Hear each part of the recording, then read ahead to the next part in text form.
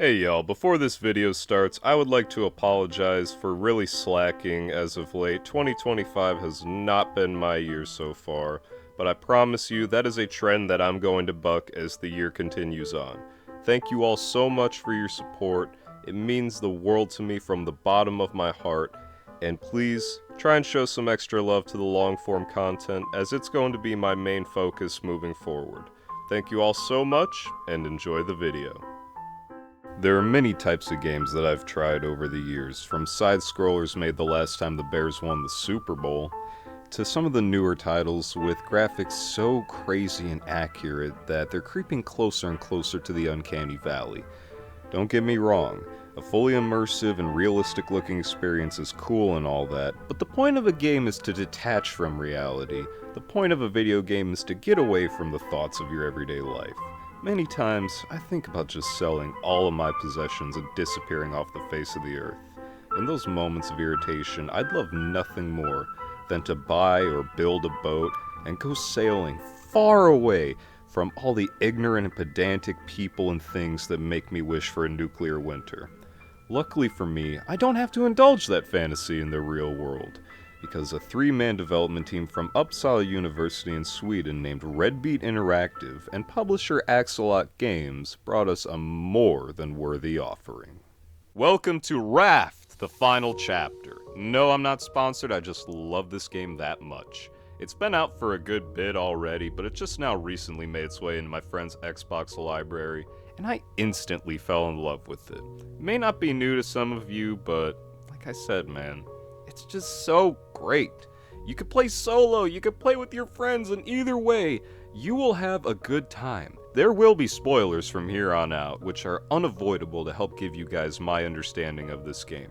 So if you're one of those people that gets iffy about that kind of stuff, you got your warning. No complaints. Alright, enough of that. You see this absolute unit of a boat? The overall structure is mainly solo work, although it definitely helps to have a second, third, or maybe even fourth set of eyes when you're working on your raft. But it feels wrong calling this thing a raft, but that's the term the game uses. You start out with a 2x2 soft foundation raft, a plastic hook, and a dream. You're in the middle of a post-apocalyptic world where everything has been flooded and society as you know it is gone. You are a forward scout, a rafter, whatever they call you. You are the captain of your own ship and your own journey. You're supposed to scoop up various things that pass by, such as planks, palm fronds, barrels, crates, and plastic. All this trash being around the ocean is a little on the nose, but I'm always a sucker for metaphorical sucker punches. The barrels and crates may contain ropes, stones, pieces of scrap, and potentially raw potatoes or beets that you can plant in crop plots and grow food with. My best advice in the early game when you're building your raft is to make your foundation out of solid wood. It may cost extra materials, but you'll feel much better about it in the long run. You'll also want to make a research table so you can actually learn how to make more things and absorb some knowledge in that big-ass forehead of yours. You'll have to sacrifice one of every material you want to research, but once you research that material, it unlocks in every recipe that contains it. Remember this tip. You see these on the inside and the outside of my boat? These are collection nets.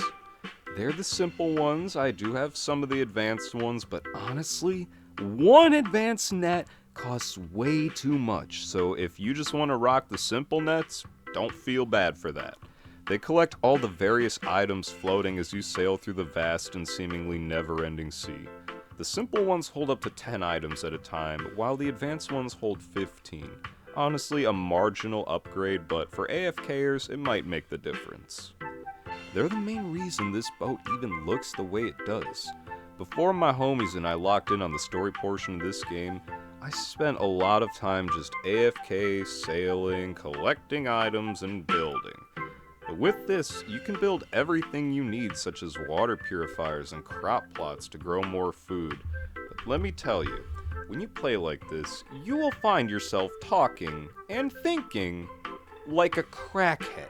You perpetually need scrap. Always more scrap. Give me every single piece of scrap metal you got. I'll turn your beater with a heater into some scrap to build me a heater. I need it! But you don't get a lot of scrap from sailing and relying on barrels. You gotta hope you pull up on some islands with resources. Swim under the water near the islands, especially where you see colorful coral. This is where most of the loot is. If you're looking for metal ore and copper, it'll be a little further down, embedded in the stone of the earth under the water. But on the sand, you can find pockets of clay and sand, you can find little bits of stone, more pieces of scrap, because you're going to need a lot of that, buckaroo. Some seaweed, some giant clams. Okay, that's interesting. And sometimes you can find crates down there. I promise you though, all of these items you find have a purpose later. Every single item in this game serves a purpose one way or another. It's a freaking hoarder's paradise. If you're playing on easy, you can let your raft go sail on and collect things when you go to explore an island. You can get back to it with all your things if you die, but don't do this on any mode higher than easy, or else you risk losing important items or potentially your entire inventory. Make sure you have an anchor, or at least have your sails geared so far onto the land that you pseudo-beach your boat if you don't want to lose it. Oh, and by the way, whenever you go to loot under the water, you gotta worry about pufferfish half the time, and sharks all of the time. Pufferfish do not approach with melee weapons, you have to kill them with a bow and arrow. It takes 3 shots. But for sharks, you need to stick them with anything you got. But after you kill the sharks, you can eat their meat and wear their heads. Though I'm gonna be honest, I prefer to display them on the outside of a boat as a warning to every single Jaws wannabe that dares try to take a chunk out of me or my homies. Oh, and another spoiler. They never learn! It'll be a pretty tough fight until you get the machete. When you get the titanium sword, it's really more of an inconvenience than anything. You can also obtain the heads of warthogs, giant birds called screechers that drop rocks on you, pufferfish, as I already said, anglerfish, hyenas, and God knows what else. Not to mention the trophies you get from killing bosses. I mean, come on there. I tagged me a mama bear, so I got me a mama bear head. My head is very big, Jenny. My buddy Baker got himself a white screecher head. I don't like them birds very much, Jenny. But this game is ripe for opportunities to decorate your boat. Every time you load the game up, it shows off someone's small to medium-sized, quaint cottage-looking raft. Many of them look nice, dare I say, beautiful. It's nice to relax. Well, if you're into that, go to creative. Decoration in survival is all about intimidation and innovation. The more towering and menacing your boat looks, the better. You're going to need all that room if you want to comfortably get around your boat and also be able to process and store your resources with efficiency. Oh, and also, don't forget your farms. You're going to want to have your farms on the top floor if you're building a multi-floor boat because they need to be exposed to the elements, because you're not going to be able to water them all the time with all the stuff you got going on. Let the rain do that. Let the rain handle it. But you will need scarecrows because of the seagulls. I hate seagulls. You would think the sharks would be your biggest ops with all the time you're gonna have to spend looting under the water. Until the seagulls come through and eat your fucking pineapples. Hey, wait a minute. You remember those giant clams from earlier that I seemed confused about, and you as well? Use them to make some birds' nests. And make sure your nests are on the top floor and far away enough from your staircase or ladder to where you won't immediately scare them off upon your entrance. Now, if you got a bow and arrow, make metal arrows because stone arrows really aren't worth shit. And from there, it's free real estate, my boy. You can get your revenge. Well, now that you got your get back on the real estate bird of New York, you can sleep well at night. If you remember to make a bed. You did do that, right? Oh, alright then. As you progress through the game and learn more, you realize that your food and water supply, as well as your inventory space and as much as you could carry, just ain't cutting it for what you're doing. Munching on all the random fruits and meat you can find What? are getting you by, but they're not giving you as much nutrition as you know you can get out of them. And you're tired of making cups of water at a time. Upgrade your purifiers to advanced ones by smelting some sand and making glass. Go out there and make yourself a juicer and make a cooking pot. If you continue to loot islands as expected, you'll find recipes hidden in crates. Even after my buddies and I completed the story and I sailed every which way, I'm still finding new recipes and there's more that I have yet to find. But the more keen eyes amongst you that have played this game might have looked at the achievements and noticed one called Powered Up. Well, in order to get the recipes and ingredients for these superfoods, as well as various items unobtainable by other means, but very necessary for a better gaming experience, you have to go to a big island and find a trading post. If you have a radio and 3 antennas set up properly, you should be able to see these islands as green dots on your radar. You'll need to have a recycler, as well as excess batteries to make that thing run, and excess materials to make trash cubes. If you do a lot of AFK grinding with the nets, and you have a lot of materials, you can make a bunch of rope out of the palm leaves you get, and use half the planks you get on trash cubes. That's a pretty solid strategy. But if you're a real sweat that's stockpiled enough copper, metal, bolts, and or hinges to never really have to worry about those items, and you're desperate for trash cubes, you can do that too, with those items being the most efficient for cube production. It only takes 4 copper, bolt, metal ingot, or hinge to make 1 trash cube. But the thing is, trash cubes alone ain't gonna cut it. You gotta fish. You gotta work your way up with the various baits, starting with simple bait on tier 1, then you gotta move up to advanced on tier 2, and all the way up to expert on tier 3. As you can guess, the items get better with the more tiers you go up, but there is only the 3. 3 is all you need. On tier 3 are things such as aluminum ore, fridges, drawbridges, invincible scarecrows that look vaguely like a blue-collar Alucard, and other neat little knickknacks. Sell the exotic fish you catch, and use the trade coins and trash cubes to get whatever the hell you think is cool or useful. Before you think big islands are the only ones worth dropping anchor for, that's just not true. Resource distribution amongst islands is pretty fair, with small islands being packed to the gills with resources and nowhere for them to hide, making for an overall easier and quicker looting experience. However, big islands are the only ones likely to have animals, with llamas giving wool, birds giving eggs, and goats giving milk.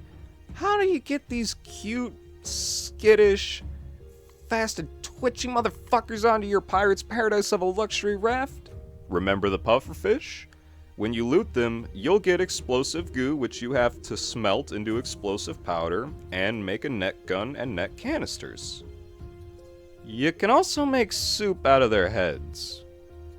Interesting.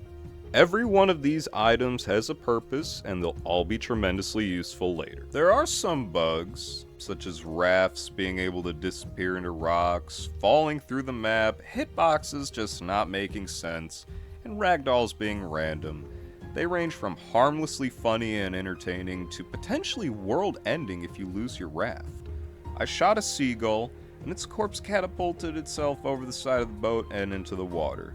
To this day, there's probably a seagull corpse with an arrow stuck in it at some random island.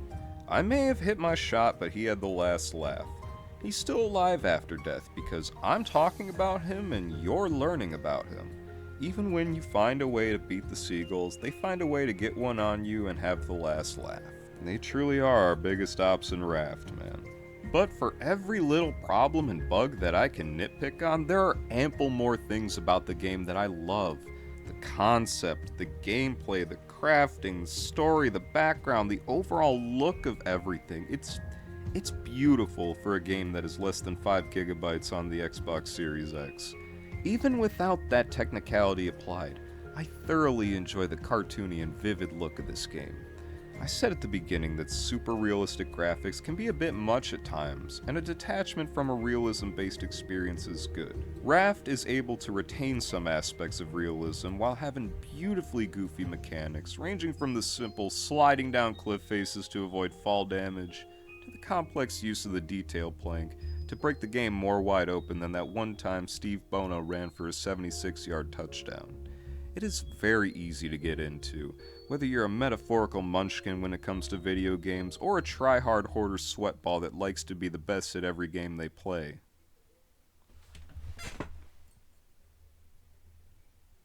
Okay, that's fair. But look at the boat, man! It's state-of-the-art! 8 engines, all with their own fuel reserves, and room for more. 2 electric water purifiers with plumbing routed to the top floor to over 10 sprinklers. A wind turbine that charges my batteries. My advanced batteries. Nets to collect all the loot we run over with our frickin' V8 backyard-built floating survival complex. My animals are always happy. My crops are always watered. I have infinite energy with all battery-operated machines, pretty much infinite basic resources due to all the catcher nets, infinite drinking water, infinite food!